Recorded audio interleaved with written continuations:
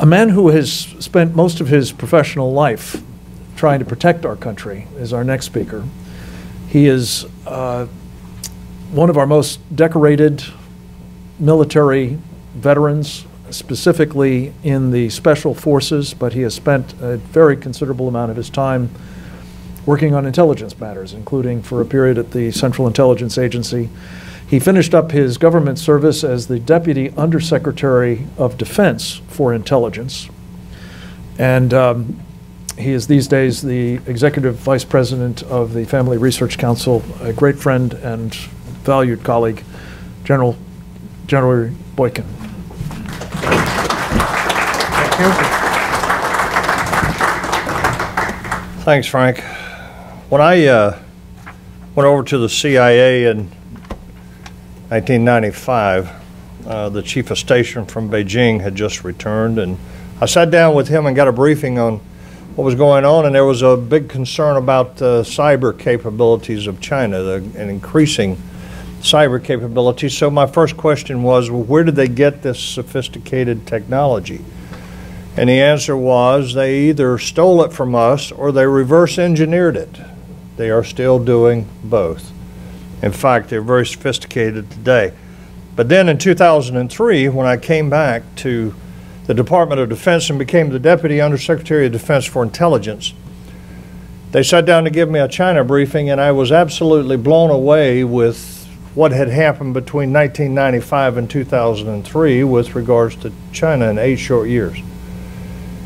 And I said, how could this be? And they said to me, I said, China owns our debt. How could they possibly want to do these things that you're telling me they want to do? And they said, you need to get the treatise Unrestricted Warfare, which was mentioned earlier, and you need to read it, and you will understand that there is not necessarily an agreement between the Chinese military leadership and the Chinese civilian leadership. And in fact, these two colonels that wrote Unrestricted Warfare in 1998 laid out the absolute roadmap for how they intended to take over America, and they are in the process of doing everything that they said they wanted to do in that treatise that came out in 1999.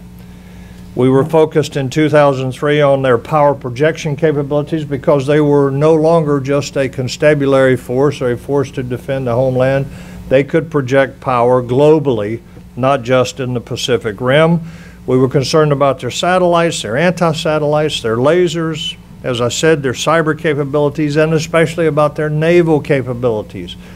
And look at the aircraft carrier that they have today. Although I'm told by my naval aviators that it's going to take them a long time to figure out how to actually use that aircraft carrier, but I just want to put a marker down. They have a sophisticated one.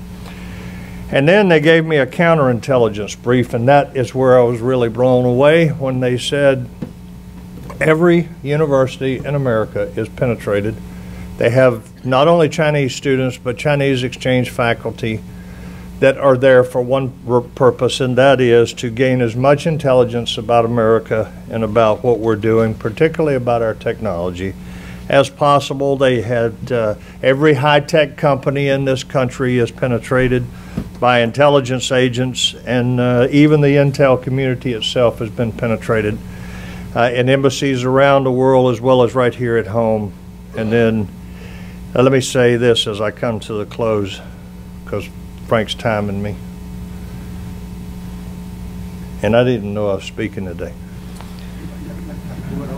They are very sophisticated.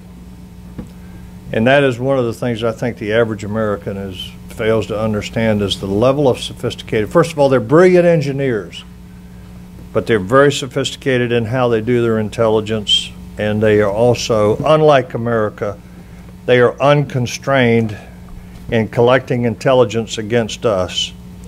We have restrictions on our intelligence people that actually hinder their ability to be able to do things. The Chinese do not. That in itself is a major issue. And I enjoy Chinese food very much. It's probably my favorite, but what I want is a choice. I don't want to be forced to have to eat it by virtue of the fact that we've given away America.